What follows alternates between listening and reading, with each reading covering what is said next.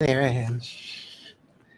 Well, it's noon 15 here in Bethesda, Maryland, and this is news that you can use from YAA with your hosts Zach and Ray on Thursday, December 8th. How are you, Pops? Well, I'm better educated now than I was when I started the day. Yeah, we're having a great time. Title of today's stream, 2023 Recession Will Crush Car Prices. I've got to admit something, folks. I just got off of a 45-minute session with the three executives at Black Book. Yes. And what did they say about 2023 car prices? What do they expect? We would see normal depreciation next year, and they don't expect to see any type of major recessionary things. No crushing. No. To be clear, they said the R word is something that the industry is afraid of. So to be very clear, recession is on the radar. That's where we're going to start today's conversation off with. Recession is on the radar. Yes. But they said their base case, what they expect to happen would be normal depreciation. And let's dig into this, Dad. Yes. Because they reminded us that normal depreciation for used cars, and we'll talk about new cars in a second. This was great information. Normal depreciation for a used car is 1 to 1.25% each month. Yes. So that gets you to 12. Equates to 12 to 16% annually. Now, having said that, they expect this year, 2022, to close out at around 21%. So above where we would traditionally be. Yep. Yes. And that's obviously a direct result. And Jared, thank you, Jared. What word did he use? Jared is the president of Black Book. He said the bubble word. He said there had been a bubble. Yes. And I fist pumped. You fist pumped. And then he followed. And now we're seeing a correction. He did not say the bubble has burst. But you're 100% right. Yes. So we're seeing this correction this year, and they expect next year for there to be 12 to 15% depreciation of used cars. Normal used car depreciation next year. Now, yes. One thing that could impact all of that, Dad, and we're going to kick today's show off with it, yes, would be the fact that we have more headlines coming out of Carvana this morning. Yes. Carvana inches towards reworking their debt. The byline or the subheading, cash burn threatens future solvency. You gotta be kidding. So we had on the show yesterday, this is speculation, but one of our community members said that they heard another dealer group had bought over $200 million worth of inventory. 230 million to be exact. One thing that could, and let's be very clear here, Carvana and these investors are okay. I was about to say they're savvy operators, but actually, how can I say that? How can I say that? How can I say that? If these investors and debt holders were savvy they wouldn't find themselves in the position that they're in at this very moment. If there is a huge increase in inventory in the used car market, that would drive down prices more significantly. And we heard from Alex Yurchenko, the head of data science, the chief data scientist at Black Book. He said that banks, they talk to 20 banks a week. He said that banks are preparing for an increase in repos. Yes. So that could also drive. And he also said, but they don't see a major increase in repossessions for the next year to two. Yeah. So, which I found interesting because you look at Experian data that shows that we're already back to pre-pandemic levels. Yes. So, but their thinking is that we'll return to normal depreciation levels on used cars, which is somewhere around 1 to 1.25 a month, as opposed to what we have been seeing, which has been close to 1 point a week for the last 4 months. And they expect repossessions to run in the normal range. Yep. And one of the reasons that they expect repossessions to run in the normal range is because, there's a shortage of people who actually repossess vehicles, so that the ones that are really past due, banks are paying a $500 bonus to get those cars picked up first because of the shortage. And the other thing, one of the other things that Jared talked about, which I found fascinating, which we probably started discussing 15, 18 months ago, was that all those people that bought cars 18 months ago that were paying way over MSRP to buy new cars and way inflated retail pricing for used cars are now finding themselves what the term in the industry is underwater with their cars, meaning that the value of their car is considerably below what they still owe on it.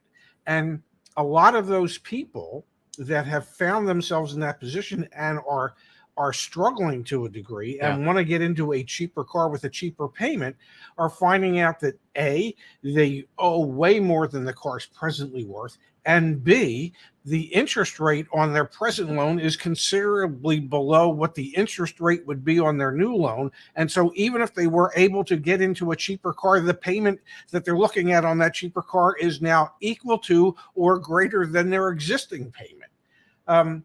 So there are severe issues for people who bought cars 18 months ago that, nobody talked about it with Black Book, but one of the things that I saw from that or took from that is this is a classic situation of where car dealers screwed themselves by being so greedy 18 months ago that those people who might want to get out of those cars cannot. What question did I ask the team? I said, so what should we, as advocates for consumers, I said, what should we be doing to help people who next year realize that they're so upside down? And what did they say? Tell them to bite the bullet and stick with their existing loan. So to your point, car dealers were so greedy. Yeah. Jared used the example of, someone took out a $26,000 loan on a car at the time that had like all the added add-ons and everything. They paid for a little blah, blah, blah, blah, blah. They still owe 24. Now the car's worth 18. They're underwater. What are they going to do? So you got to bite the bullet. You got to sit on it. To the dealership, you just took someone who may have been a customer out of the market. Yes. And that's why 18 months ago, and even just a few months ago, when I would talk about dealers that are charging huge market adjustments, that yes, it's a short-term gain for the dealership. It's a huge short-term profit.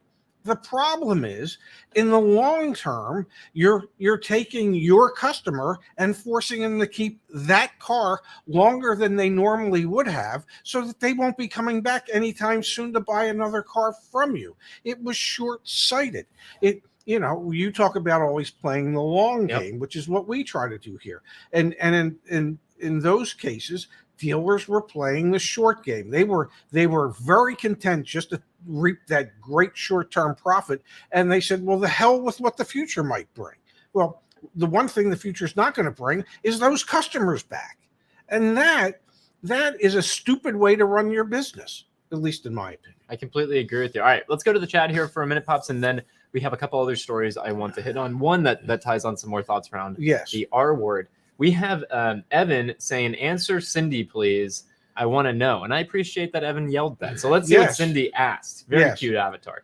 Yeah. I just bought a 2023 Toyota 4Runner Limited in November, drove up the lot with Cheetos and all? I don't know. Was it a mistake? Can I make money off it?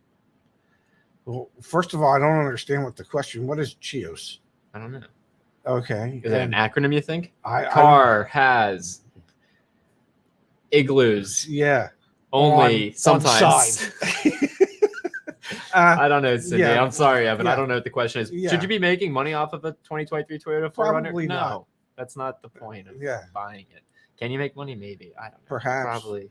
Oh, chips. Maybe it doesn't have chips. I don't know. Doesn't have chips? Chaos? I don't know. Nobody knows. Yeah, kind of hard to help you. Sorry about that, Cindy. And then Shannon wants to know, is Deal School 3.0 live yet? I will share a quick preview. It's not live yet because James, who's doing all the work behind the scenes, he flew in on a red eye last night to make it out here. So just to give you a bit of a preview, Deal School 3.0 will be really nice. You'll have the lessons right over here. You'll be able to mark them off when you complete them. So for example, if I wanted to complete the first lesson and we've got all the key takeaways and the videos, I can complete that lesson. Then I can move on to the next one. Car buying has changed. Here's what you need to know. And there will be PDFs associated with these and quizzes associated with these as well. And you'll be able to communicate with your fellow community members with the comments up here who are also taking Deal School 3.0. So it's not live yet. Hopefully, I mean, James has to fly home. I don't know. Give us like a week. He's working his butt off to make it happen, but it'll be up sooner rather than lending. Okay. I'll give him all the time he needs. Leading leisure car rental company? I don't know, guys. You're losing me a little bit. Yeah. Chipped, Chipped, Yeah, apparently, Cindy, we don't know. Yeah, sorry, Cindy, we don't know. All right, Dad, we should mention. Yes. There's one more Fed meeting that's going to happen here on December 14th. It's the last one of the year. So we've got. That would be next Wednesday. Yep. So we've got that. This comes from Cox Automotive. Yes. Their signs point to possibility of recession in 2023. I just want to read this out really quickly. And again, we've got another meeting next week. Yeah. Financial markets must now view the context as leading to a recession and the Fed then cutting rates in 2023 to respond.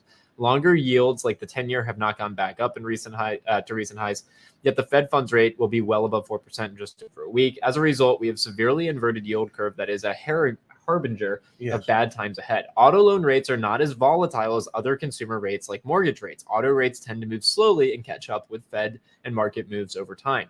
Where will they go if the Fed and the market are moving in different directions? This is super interesting. Yes. Now, a few days into December, we've seen auto rates inch higher. As a result, used loan rates have now moved more year to date than mortgage rates.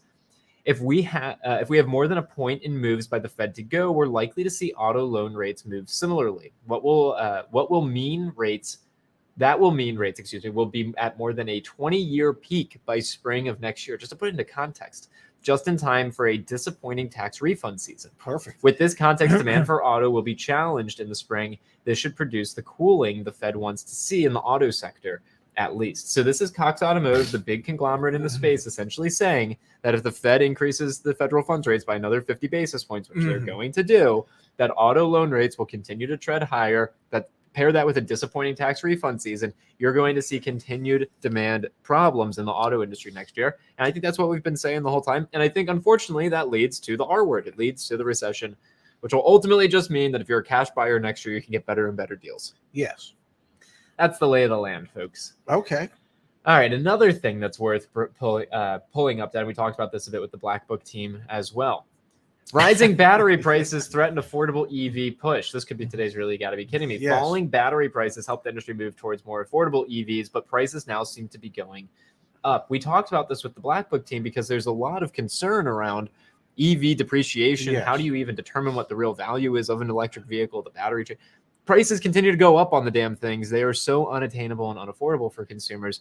It's likely not the answer to help us with our affordability crunch. Well, not for EVs. The thing that was most fascinating was how severely Teslas are depreciating, and at the rate of sometimes $1,000 a day, ladies and gentlemen. In the wholesale markets, on the wholesale side of things.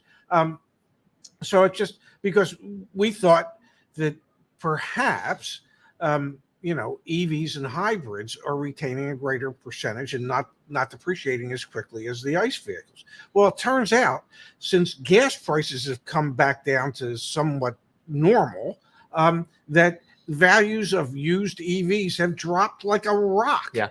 And I don't know if and when we will ever see in any large enough numbers affordable EVs. And if the R word definitely hits, well, that takes even more people out of the market for either ICE or EVs. Definitely. I think we could be years away from ever seeing the type of EV takeover that a lot of investors think are about to happen. And we talked about that a little bit with hybrid depreciations, and we see Toyota really continuing to double down on the hybrid powertrain. That is, for the foreseeable future, the future will be hybrid, gas, and of course electric vehicles will be there, but it's hard to produce them at a price point that makes sense for consumers. Yes, and as I've often said, I really believe that the hybrid is the bridge that eventually takes ICE owners to become EV owners. But I think you have to go through hybrid first.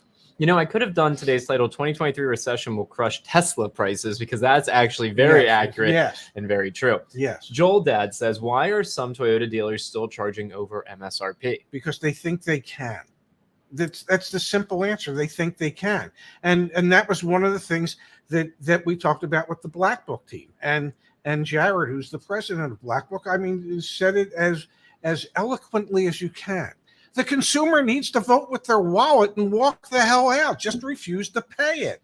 And then if enough people refuse to pay it, then the prices will come back down. They will do away with the market adjustments. And as we just discussed a few minutes ago, those dealers that are asking for and getting market adjustments are being so short-sighted, because those customers who agree to pay them in the short term, it will look good for the dealership. Yep. In the long term, those customers won't be able to come back anytime soon. Yep. 100%. So yeah, just walk. Pops from Core Guy here. Thank you God for the bless you, Core contribution. Guy.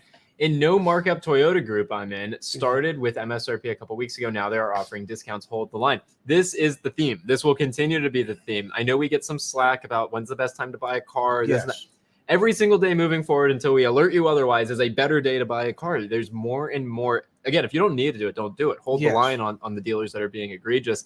But you can get discounts. There are incentives coming back. We saw Hyundai bring out their 0% lease financing options, or their lease money factor options. I thought that was Mazda. Maybe it's Mazda. Forgive me. We have this updated, by the way. This is a perfect segue, and then we'll come back to the chat. Back on joinyaa.com. Of course, we do the videos. Of course, we help you out with our team, who's actually on site today, which is fantastic. Yes. But come to the website, go to resources, free guides, and just search lease deals, for example. The best new car lease deals this month. Justin, who we were just hanging out with, and after lunch, we're going to be hanging out with them again. Update that. No, Dad. We updated. Oh. This is the published date? That's the original We published update date. it every single month. Gotcha. So don't get confused. Just come to the page. Don't get down. confused like the old guy just did. So, for example, Hyundai's got some deals here. $150, $151 a month. Honda.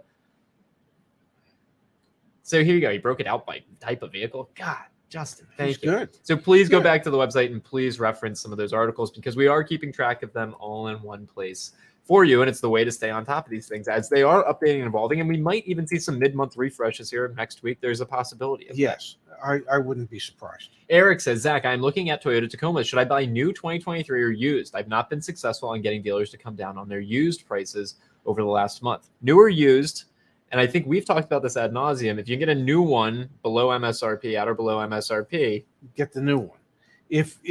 And you know, you have to remind dealers that you're aware of the fact that used cars have depreciated between 17 and 21% this year. Okay, and that needs to now be reflected in their asking prices.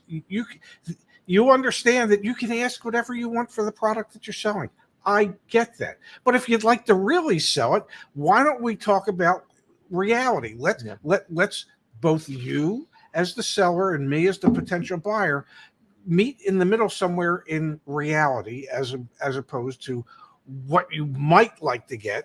And I won't offer what we all know would be too little. Why don't we just talk about meeting somewhere in the middle before we both aggravate each other? Let's address something here. Laura says, I thought you guys were recommending against leases right now. Yes, lease deals typically are pretty bad right now. Doesn't mean we're not going to update the page with the best ones that are out there, because for whatever reason, some people really like leasing.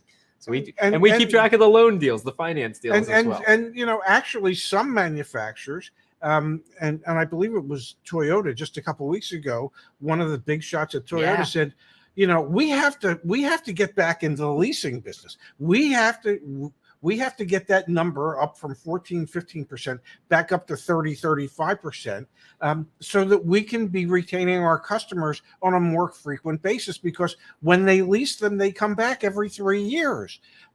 So I know Toyota is recognizing that they want to grow their lease business again. Absolutely. And some of the other manufacturers are starting to realize that again. You know, it makes so much more sense to be able to turn your customer every 3 years 100%. than every 6. 100%. Yeah. And we talked about fleet sales. Anyway, we could go down that rabbit hole. I want to give a shout out. Yes. Jerry was one of the few members of the team, didn't make the trip out to the East Coast, but the next YAA/Car Edge offsite, of course, Jerry will be there. And Jerry, right now today, holding down the fort. I worked out the door offers this morning at $8,000 off MSRP on a Chevy Silverado and a Ford F-150. If you want help from Jerry and others on our team, please know that we are here to help you. And while some might say that we're not the best at what we do, I think we are the best in the world, Dad. And it's very reasonable. If you become a member, one-time payment, $59.99, you have access to our team. You get the help and support you need. All the bullet points are right here. The Plus membership, you get access to that all year round, plus our maintenance and repair discounts, and soon to be Deal School 3.0. And Pops, both of these memberships come with Black Book trade-in values. We just got off the call with Black Book. Yes. The reason you need to use a Black Book trade-in value, in addition to obviously the cash offers that you can get back on the website, is because it actually takes into consideration the data that the dealers need to give you accurate trade-in values. You can do KBB if you want. You can do Edmunds. You need a Black Book value if you actually want to get the right information. It was interesting to find out that approximately these are real numbers as they were explained to us. Approximately 22 million vehicles make it to auctions. Used vehicles make it to the various auctions. The wholesale auctions. The wholesale auctions. Okay, and there's two real big players, Manheim and Odessa, and then there's a myriad of smaller independent auctions. But between those big players, 22 million vehicles make it to auction every year. And every year, about 10 million of those vehicles get sold. Yep. Okay, 12 million don't get sold right away, maybe get sold off the books, whatever. And Black Book has access to 95% of all the transactions, whereas some of the other books out there rely only on Manheim, and Manheim sells 5.5 million of those 10 million vehicles. So if you're looking at a valuation guide that only uses Manheim information, you're getting information based on 55% of all the vehicles sold. And if you get a Black Book valuation, you are getting valuations based on 95% of all the wholesale vehicles that were sold at auction. And Black Book's 17-digit VIN decoder actually decodes about 97% of all the items that are on that vehicle, plus in the background pulls up auto check so that they have all the information about how it's been driven, how it's been serviced, whether or not it's been in an accident. So their information is based on a greater number of data points than some of the other book valuations out there. And it updates daily, and you can get access to it in your YAA account. Okay. My God, I used all that information we just learned 30 minutes ago within the first 22 minutes of the show.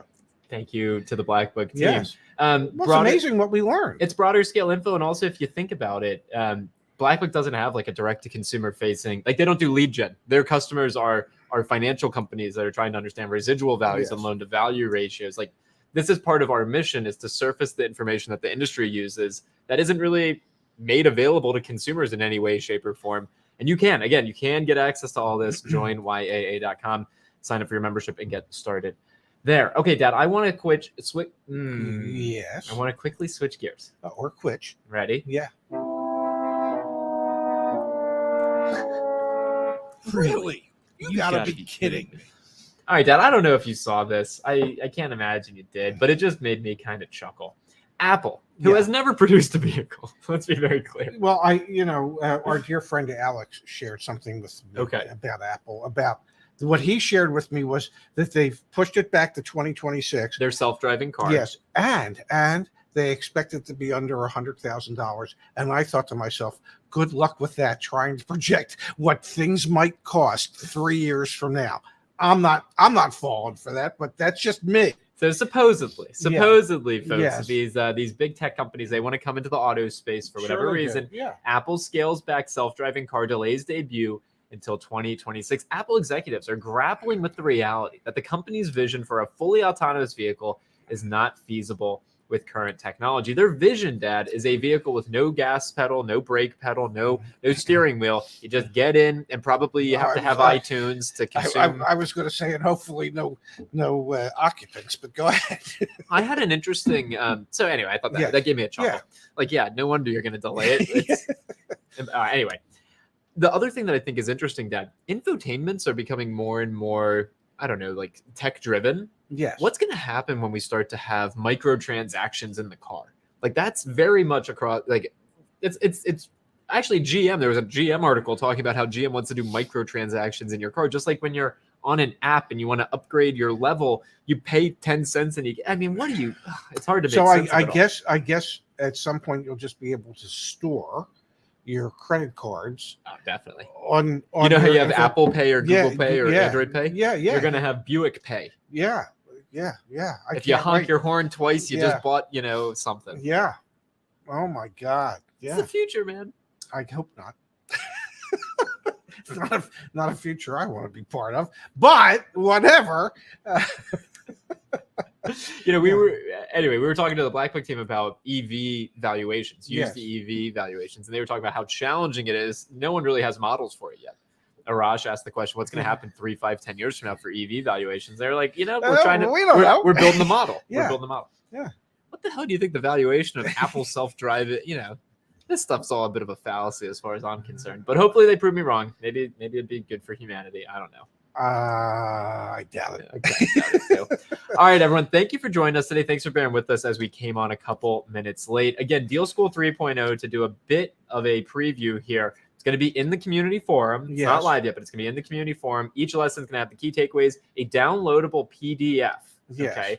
Oh, actually, it says don't forget to click on the folder icon in the top right to access and download the PDF associated with this lesson. Look at that. No! The PDFs are right here. Yeah. You can see where you are. We haven't finished building it yet. Yeah. You can jump between the different courses. Okay. You can mark them as complete. And there's an entire chat that you can have with other community members. Let me move us out of the way so that folks can see it. There's a chat and there's quizzes, Dad. You worked diligently on these quizzes. Please. Before you talk about the quizzes, I just want to say YAA Plus members are going to have access to Deal School 3.0. Deal School 2.0 will forever be free. Yeah. You're not going to change that, but just so everyone's aware. And Dad, you worked on these quizzes. Were you proud of them? Are you proud of them? Both. There it is. I was, I am, I did, I will continue to work on the Quizlets, and the depth and breadth of what we're doing with Deal School 3.0. It's really quite remarkable. I mean, just in video footage, it's 2 hours and 20 minutes. Yeah, which don't be intimidated by that. If that sounds like too much to you, you can do it at your own pace. Bite it off one chunk at a time. And most of the sections are like 6-minute videos, so it's relatively digestible. Yeah, it's eminently digestible, but nobody says you have to watch the whole thing in one fell swoop. If you do, you don't get bonus points, so please don't feel like you have to. This is not a Netflix series, by the way. Far from it. Far from it. All right, Pops, let's go hang out with the team. We may do a live stream with everyone, but I kind of doubt it. We don't have enough room, and also some folks are camera shy, which is A-okay. We'll be doing a live stream tomorrow? I don't know. We'll try, but I don't know. Okay. So you might see us back here tomorrow. We will be here Saturday night. But you won't, but you will for sure see us Saturday night, on the main channel. Yes, the YA channel. All right, we've got someone saying I can't find the upcoming deal, so I'm going to demonstrate that really quickly because I know it can be a little confusing. Okay. So when you go to the website, so let's all start at the beginning. So you go to joinyaa.com. Yes. It all loads. It takes a little second to load. There we go. Yeah. You're going to go to resources and you're going to click on free guides. Yes. And then from free guides, you're going to scroll down to the search and let's just type in, best deals. 7 car brands that have the best deals, the best new car deals today, lease deals this month. If you click on any of these, Justin's done a great job here. So I just did the one for December. Yes. He actually links out to the ones that he updates on an ongoing basis. So if you wanted to see the best finance deals, we update this every single month. Justin does. So there you go. Hyundai, actually. There you go. Hyundai has 0% APR for 36 months on the Santa Fe, Tucson, Sonata, and more. Boom. There you go. I can't wait to get the and more model. Yeah. So there you go. Hopefully that makes it more clear for you. Enjoy that. And my dad did get a flu shot. I did get a flu shot and my booster all on the same day, November 4th, and I survived. Yes, you did. All right, let's go have some lunch with the team. Thank you all for being here. Thank you, everybody. We'll see you back here sometime. Have a great day, everyone.